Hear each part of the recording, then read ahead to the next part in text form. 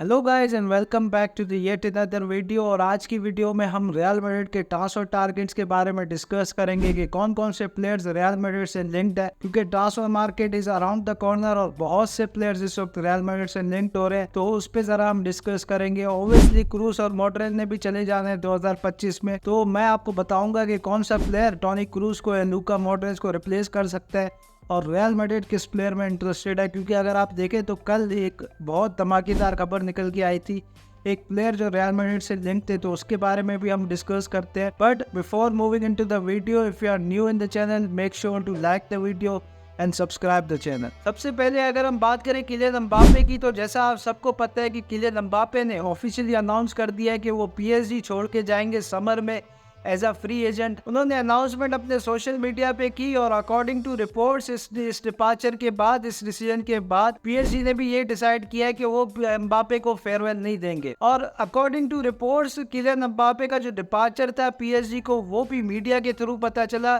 Kylian Mbappe ने personally PSG को inform नहीं किया था, जिसकी वजह से उन्होंने ये डिसाइड किया कि किलियन एम्बापे को फेयरवेल नहीं मिलेगा। और उनके जो रिलेशंस है नासिर अल खलीफी के साथ, वो भी कुछ इतने ज्यादा अच्छे नहीं है। देखिए, यही होता है जब आप किसी प्लेयर को क्लब से बड़ा समझते हैं, और मैं हमेशा ये बात करता हुआ आया हूँ। मैं सिर्फ रियल मैड्रिड के लिए बात नहीं करता, मेरे लिए हर क्लब ऊपर की प्रायोरिटी होनी चाहिए किसी प्लेयर से। प्लेयर्स रिप्लेस हो जाते हैं। अगर किलियन एम्बापे, क्या हमने रोनाल्डो रिप्लेस किया हुआ है, हमने सर्जियो रामोस रिप्लेस किया हुआ है, तो प्लेयर्स रिप्लेस हो जाते हैं। अगर उस वक्त नासिर अल खलीफी के ईगो का मसला ना होता और वो 200 मिलियन की बिड एक्सेप्ट करके अगर वो किसी प्लेयर्स के लिए जाते, टीम बिल्डिंग की तरफ जाते, तो पीएसजी इस वक्त बहुत बेहतर पोजीशन पे होती। अब अगर हम बात करें इनकी सैलरी की, तो जैसे मैंने आप सबको बताया था पिछली वीडियो में कि उनकी सैलरी स्लाइटली हायर होगी जूड बेलिंगम और विनीशियस जूनियर से, और उनके जो इमेज राइट्स के परसेंट होंगे वो भी सबसे ज्यादा होंगे उनके पास। अब अगर हम अनाउंसमेंट की बात करें कि कब रियल मैड्रिड अनाउंस कर देगी किलियन एम्बापे को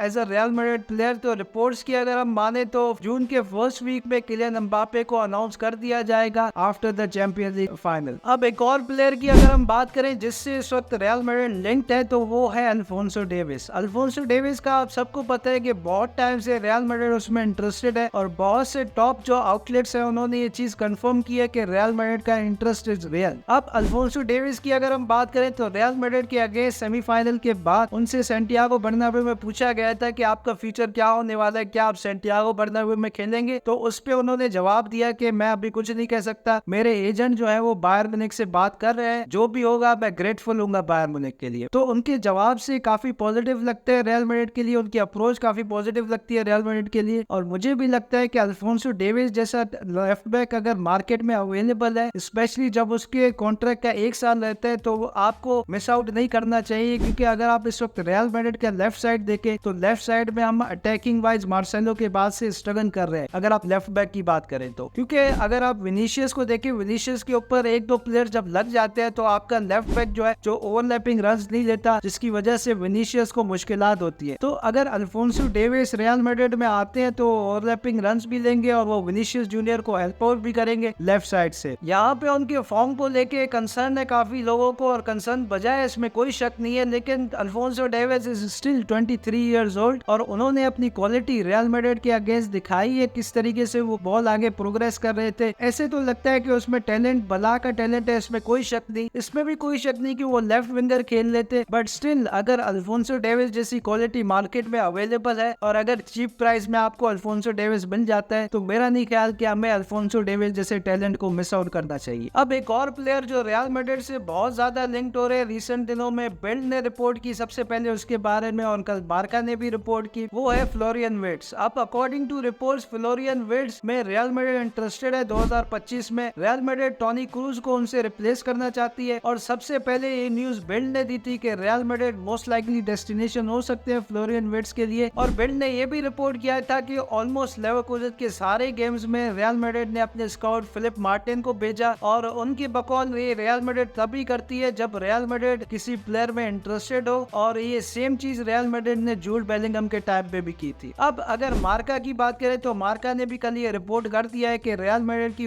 नंबर 1 प्रायोरिटी होंगे फ्लोरियन विर्ट्ज 2025 में, क्योंकि अगर आप देखें तो मॉड्रिच का जो फ्यूचर है वो काफी अनसर्टेन है। शायद मॉड्रिच समर में चले जाए और फिर अगर आप क्रूज की बात करें तो क्रूज भी 2025 में चले जाएंगे। तो यहाँ पे हमारे पास एक जो जगह है वो बन जाती है। बट ऑब्वियसली अगर आप बात करें मिडफील्ड की तो मिडफील्ड में आपके पास ऑलरेडी 4 मिडफील्डर्स हैं। तो फ्लोरियन विर्ट्ज कहाँ खेलेंगे ये तो मुझे नहीं पता, बट अगर रिपोर्ट्स आ रही है तो इन रिपोर्ट्स में कुछ सदाकत तो होगी और मैं यहाँ पे सरप्राइज बिल्कुल नहीं होऊंगा अगर फ्लोरियन विर्ट्ज 2025 में शाबी अलोंसो के साथ रियल मैड्रिड आ जाते हैं। तो यहाँ पे अगर हम सेंटर बैक्स टारगेट की बात करें तो सेंटर बैक्स टारगेट में रियल मैड्रिड काफी टाइम से लेनी योरो को टारगेट कर रही है और रियल मैड्रिड समझती है कि वो जनरेशनल टैलेंट है और उनके साथ जो नेगोशिएशंस है वो काफी एडवांस्ड है। अब उन्होंने अपने अंतराज को भी बोल दिया है कि वो रियल मैड्रिड को प्रायोरिटाइज करेंगे किसी और क्लब पे। लेनी योरो टू पीएसजी ऑलमोस्ट डन था until real Madrid steps in और वो भी इंटरेस्टेड हुए। तो अगर आप देखें left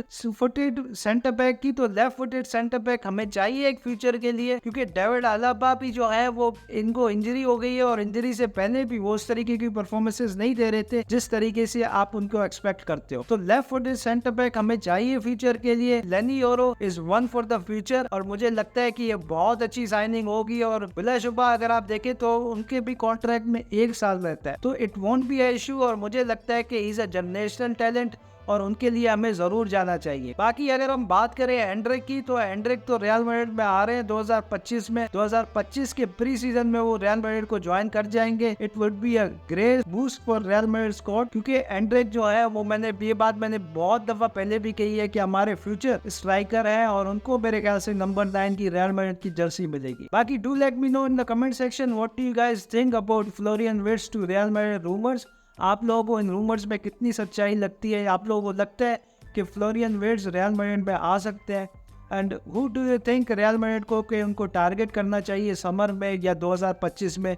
in the comment section. तो मिलते हैं नेक्स्ट वीडियो में। अपना ख्याल रखें। Until next time, piece.